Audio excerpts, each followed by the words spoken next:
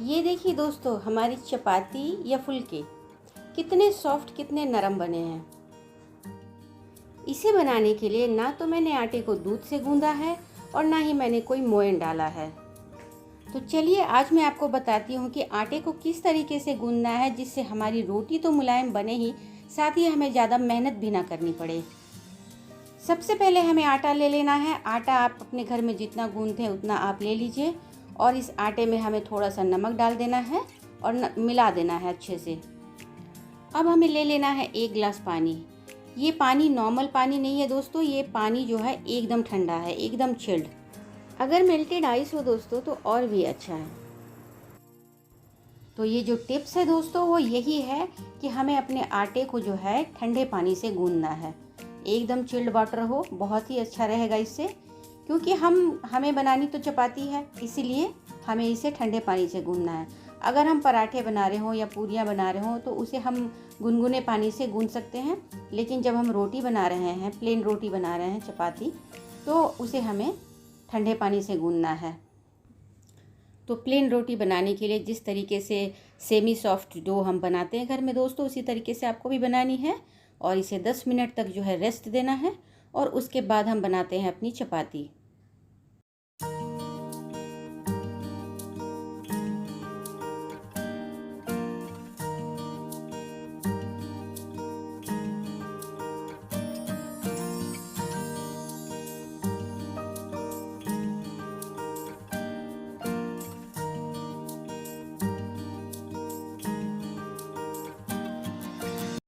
चपाती बेलकर मध्यम आंच पर आप तवे को रखें और उसमें आप अपनी चपाती डाल दें।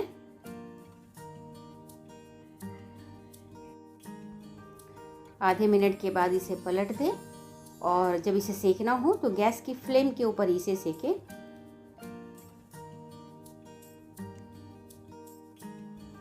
तो ये देखिए दोस्तों, तैयार हो गई है हमारी एकदम सॉफ्ट मुलायम रोटी।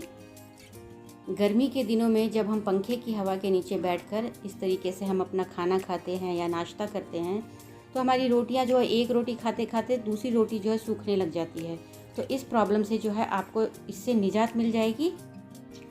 एक बात और दोस्तों, कि अगर गूंदा हुआ आटा जो है आपने बच गया और उसे आपने फ्रिज में नहीं रखा, तो अगर घंटे 1.5 घंटे भी वो आटा बाहर रह गया तो इस ठंडे पानी से गूंदा हुआ आटा जो है आपका ख़राब नहीं होगा, खट्टा नहीं होगा।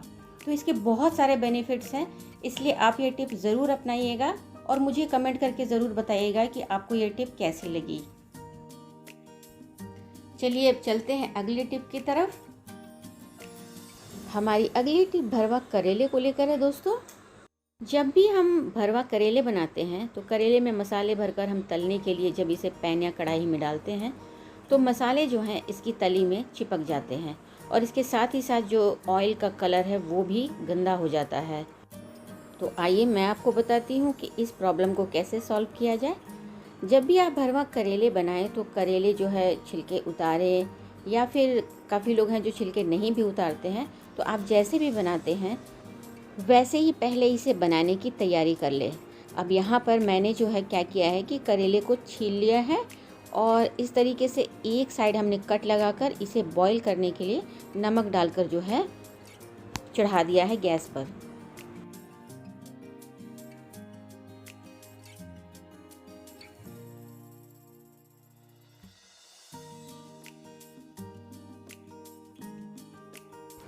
जब हमारा करेला बॉईल हो जाए और ठंडा हो जाए तो इस तरीके से एक स्पून की हेल्प से हमें इसके अंदर की जो पल्प है वो सारी बाहर निकाल लेनी है। ये देखिए बिल्कुल इस तरीके से।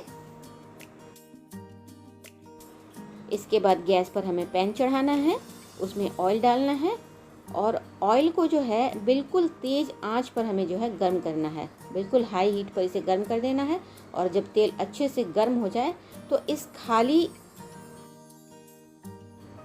करेले के कवर को जो है हमें तल लेना है। तो ये दूसरी जो टिप है हमारी वो यही है दोस्तों, कि बिना मसाला भरे जो है करेले के कवर को हमें पहले अच्छे से तल लेना है ताकि ये ऊपर से जो है अच्छे से क्रिस्प हो जाए। ये देखिए बिल्कुल इस तरीके से आपको बहुत ही बढ़िया से इसको तलना है। तो इसे तलने में कम से कम 5 से 6 मिनट आपको लग जाएंगे दोस्तों। और जब अच्छे से तल जाए तब हमें इसे एक एक करके बाहर निकाल देना है। इसके बाद इसी ऑयल को आप देखिए कि मैंने ऑयल जिसमें तला है वो ऑयल एकदम बिल्कुल साफ़ है, कुछ भी इसमें जो है कालापन नहीं आया है। तो इसी में जो है हम अपने मसाले, जो भी मसाले आप बनाते हो, अचारी मसाले बनाते हो या फिर नॉर्मल अदरक लहसुन वाले मसाले बनाते हो, जो भी मसाले आप बनाते हो उस मसाले को बनाकर इस जो खाली जो कवर है उसके अंदर इस तरीके से आप भर दीजिए। सारा भरने के बाद जो है इसी गरम पैन में या गरम कढ़ाई जो जिसमें भी आप बनाते हैं उसमें बिल्कुल लो फ्लेम पर 5 मिनट के लिए जो है इसे इस तरीके से रख दें। और फिर आप देखिए गर्मा गर्म जो है हमारे भरवा करेले बिना किसी झंझट के जो है तैयार हो गए हैं। तो है ना आसान भरवा करेले बनाना। चलिए अब हम चलते हैं अगले टिप की तरफ। हमारी अगली टिप दाल मखनी को लेकर है। दाल मखनी बनाने से पहले आपने दाल को सोख करके रखा हो या ना रखा हो, ये टिप अपनाकर आप अपनी दाल को गाढ़ी और मलाईदार ज़रूर बना सकते हैं। तो यहाँ कुकर में हमने पानी और मिक्स दाल डाल दिया है दोस्तों, नमक डाल दिया है और लाल मिर्च पाउडर डाल दिया है और इसके साथ ही हम डालेंगे 1 टेबलस्पून रिफाइंड ऑयल। जी हाँ दोस्तों, ये रिफाइंड ऑयल जो है हमारे दालों को गलाने में बहुत ही अच्छी भूमिका निभाता है। अब इस कुकर को बंद करके कम से कम 8 से 10 सीटी हम इसे लगने के लिए छोड़ देंगे। हमारी दाल जो है बिल्कुल एकदम गाढ़ी मलाईदार बनकर जो है तैयार हो जाएगी। तो इस दाल में मैंने और भी मसाले ऐड किए हैं दोस्तों, अगर आपको इसकी रेसिपी चाहिए तो कमेंट ज़रूर करिएगा। चलिए अब हम चलते हैं अगली टिप की तरफ। दोस्तों, हम जब भी पास्ता, नूडल्स या मैक्रोनी कुछ भी बनाते हैं तो उबलते हुए पानी में ऑयल हम ज़रूर डालते हैं। लेकिन अगर हम उसी ऑयल को अपने पास्ता या नूडल्स में इसके ऊपर ही डालकर अगर 2 मिनट के लिए इस तरीके से हम छोड़ देंगे तो उसका जो रिज़ल्ट मिलेगा दोस्तों वो पानी में डले हुए ऑयल से कहीं ज़्यादा बेटर मिलेगा। तो आज की हमारी तीसरी जो टिप है दोस्तों वो यही है कि आप अपने पास्ता, नूडल्स या मैक्रोनी में ही ऑयल डालें और उसे 2 मिनट तक के लिए ढक कर रख दें। ये देखिए यहाँ पे आपको दिखाई दे रहा होगा कि तेल किस तरीके से इस पास्ता ने जो है एब्जॉर्ब कर लिया है। अब उबलते हुए पानी में मैंने थोड़ा सा नमक डाल दिया है और उसमें अपना जो है पास्ता डाल दिया है।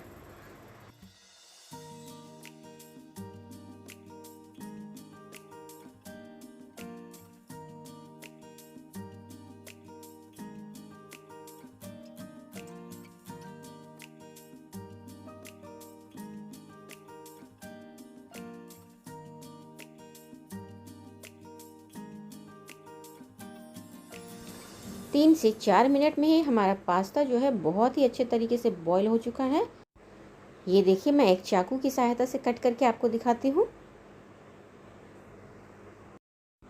तो नूडल्स और मैक्रोनी के साथ भी सेम तरीके की टिप अपनाएं दोस्तों, बहुत ही अच्छा रिजल्ट मिलेगा आपको।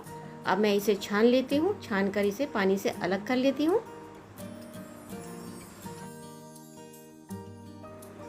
ये देखिए कितनी अच्छी तरीके से बॉईल हुआ है हमारा पास्ता। एक एक पास्ता जो है अलग अलग नज़र आ रहा है। अब इस पास्ता को आप जिस भी तरीके से बनाना चाहें, वाइट सॉस पास्ता बनाना चाहें या फिर रेड सॉस पास्ता या पिंक सॉस पास्ता, आप उस तरीके से बनाएं, खाएं और इसके मज़े लें। तो यहाँ पर मैंने वाइट सॉस डालकर वाइट सॉस पास्ता बनाया है दोस्तों। आपकी इच्छा जैसी हो आप उसे उस तरीके से बनाएं, लेकिन ये टिप ज़रूर अपनाएं, इससे बहुत ही अच्छा रिज़ल्ट मिलेगा।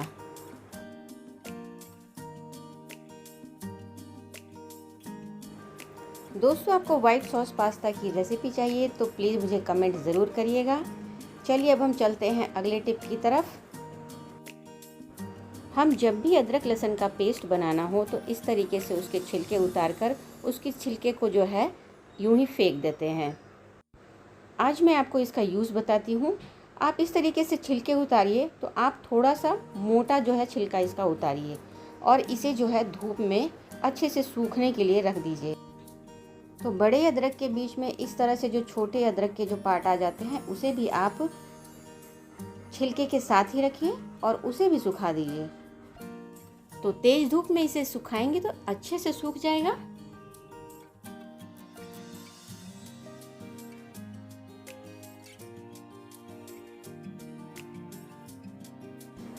तो यहाँ पर काफ़ी सारे अदरक के छिलके मैंने सुखा कर रखे हुए हैं दोस्तों। अब इन छिलकों का आगे मैं क्या करती हूँ आपको बताती हूँ।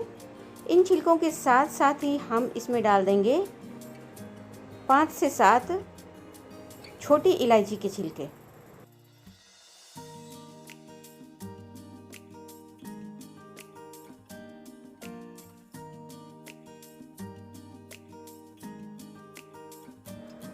और इन सभी को हम डाल देंगे अपनी चाय पत्ती की डब्बे के अंदर और इन सबको जो है अच्छे से मिला लेंगे। और जब भी हमें चाय बनाना हो अपने लिए या अपने घर आने वाले गेस्ट के लिए, तो हम इसी अदरक और इलायची डले हुए चाय की पत्ती का यूज़ करेंगे। बहुत ही बढ़िया खुशबू और टेस्ट के साथ जो है आपकी चाय तैयार होगी दोस्तों। तो ये टिप आपको कैसी लगी दोस्तों, मुझे कमेंट करके ज़रूर बताइएगा और मेरे चैनल को सब्सक्राइब करना ना भूलिएगा। चलिए अब हम चलते हैं अगले टिप की तरफ। दोस्तों कई सारी सब्जियां हैं जिनमें करेला, शिमला मिर्च, लौकी, भिंडी, ये सारी सब्जियां ऐसी हैं जिन्हें हम ऑयल में जो है डालते हैं जब पकने के लिए, तो पकने के बाद इनका जो कलर है वो चेंज हो जाता है। तो खाने में तो वो टेस्टी होते हैं, लेकिन देखने में जो है थोड़े वो कलर जो है उसके डल से लगते हैं। तो आज मैं आपको बताती हूँ कि सब्जियों का जो कलर है वो पकने के बाद भी एज इट इज़ कैसे रहे। तो सबसे पहले हमारे पास जो भी सब्जियां हैं हम उसे काट लेंगे और काटने के बाद जो है ऑयल में जब हम उसे तलने के लिए डालेंगे तो हम उसमें चुटकी भर जो है चीनी डाल देंगे और इस चीनी के मेल्ट होने का वेट करेंगे। उसके बाद हमने जो भी सब्जियां डालनी है, पकाना है, उसे हम उसमें डाल देंगे।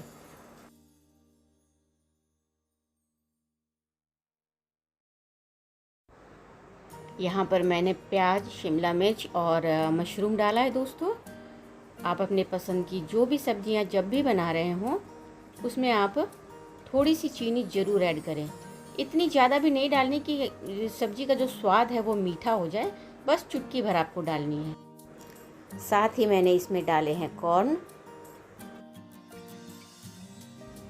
तो ये देखिए दोस्तों, आपको नज़र आ रहा होगा कि 1.5 से 2 मिनट भूनने के बाद भी हमारी सब्जियों का कलर, खासकर कैप्सिकम और कॉर्न का कलर जो है वो एज इट इज़ ही है। तो मैंने पास्ता बनाते वक्त इन सारी सब्जियों का यूज़ किया था दोस्तों। आप देख पा रहे होंगे कि हमारी सब्जियों का कलर कितना बढ़िया लग रहा है। चलिए अब हम चलते हैं अगले टिप की तरफ। जब भी हमारे घर में खाने पर कोई गेस्ट आने वाले हों तो प्याज, अदरक, लहसुन ये काटना, छीलना एक बहुत बड़ा टास्क हो जाता है, जिसमें हमारे आधे से पौन घंटे लगने वाले होते हैं।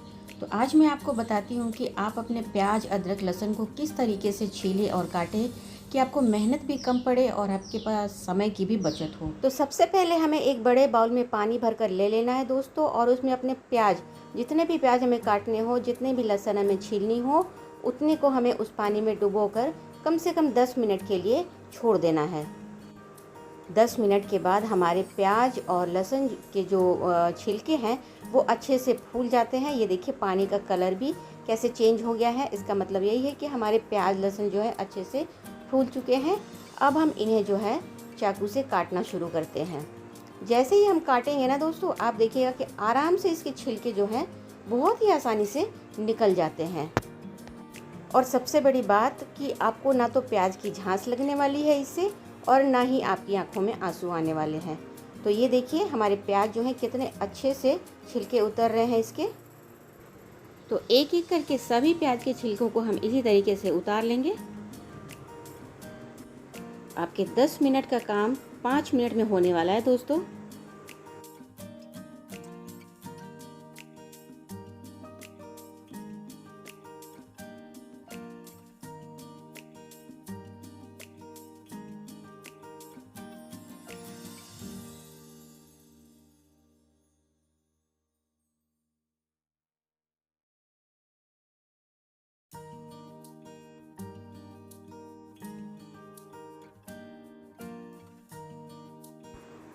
सेम इसी तरीके से हमें अपने लहसुन को भी एक एक करके अलग कर लेना है और उसे भी इसी तरीके से हमें छील लेना है। ये भी बहुत ही आसानी से छील जाते हैं।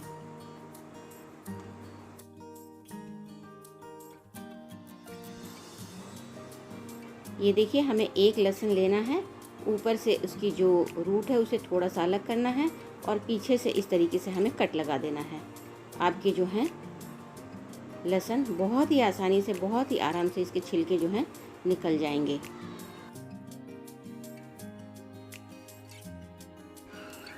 कई घरों में ऐसा होता है दोस्तों कि जब हमें लहसुन को पीसना होता है तो उसके छिलके जो है हम ज़्यादा नहीं उतारते हैं, तो उसके आगे और पीछे का जो पार्ट होता है ना, उसे थोड़ा बहुत जो है हम हटा देते हैं। ये देखिए, बिल्कुल इस तरीके से, क्योंकि जो सामने का जो पार्ट है वो हमारे दांतों में जो है फंसता है, इसीलिए हम उसे अलग कर देते हैं और बाकी छिलके को जो है हम उसी तरीके से उसमें रहने देते हैं। तो ये देखिए, यहाँ पे हमारे प्याज और लहसुन जो है छीलकर रेडी हो चुके हैं। अब हम इसे जो है मोटा मोटा काट कर मिक्सी के जार में डाल देंगे।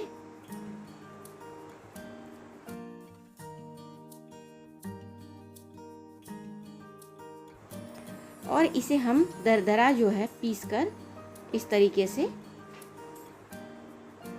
ये देखिए, हम इस तरीके से थोड़ा मोटा ही हम इसे पीसेंगे। आप अपने डेली रूटीन में भी हफ्ते भर के मसाले इस तरीके से पीस कर रख सकते हैं दोस्तों, जिससे आपका काम जो है बहुत ही आसान हो जाएगा।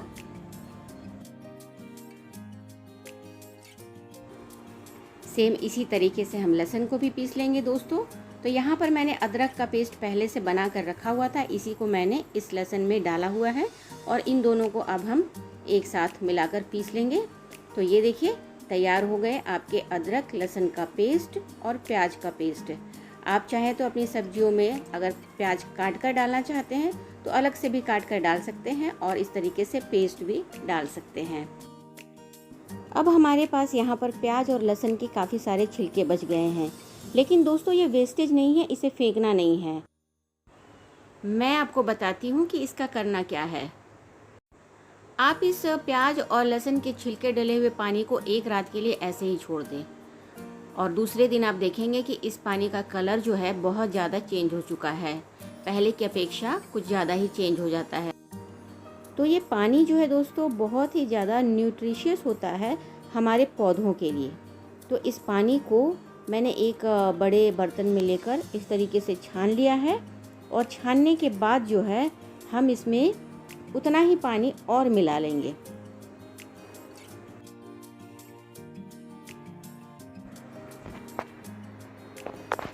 ये देखिए, हमने पूरा पानी जो है इसमें भर दिया है और इसी पानी को हम अपने पौधों में, हमारे घर में जो भी पौधे लगे हों, आपके घरों में भी ज़रूर लगे होंगे, तो आप उन पौधों में इस पानी को डालें। इस पानी से आपके जो पौधे हैं वो एकदम हरे भरे रहेंगे। हमारे घर में प्याज और लहसुन तो मोस्टली यूज़ होता ही है दोस्तों, और इस तरीके से इसका पानी भी जो है आप हमेशा तैयार कर सकते हैं और हमेशा अपने पौधे को जो है हरा भरा रख सकते हैं।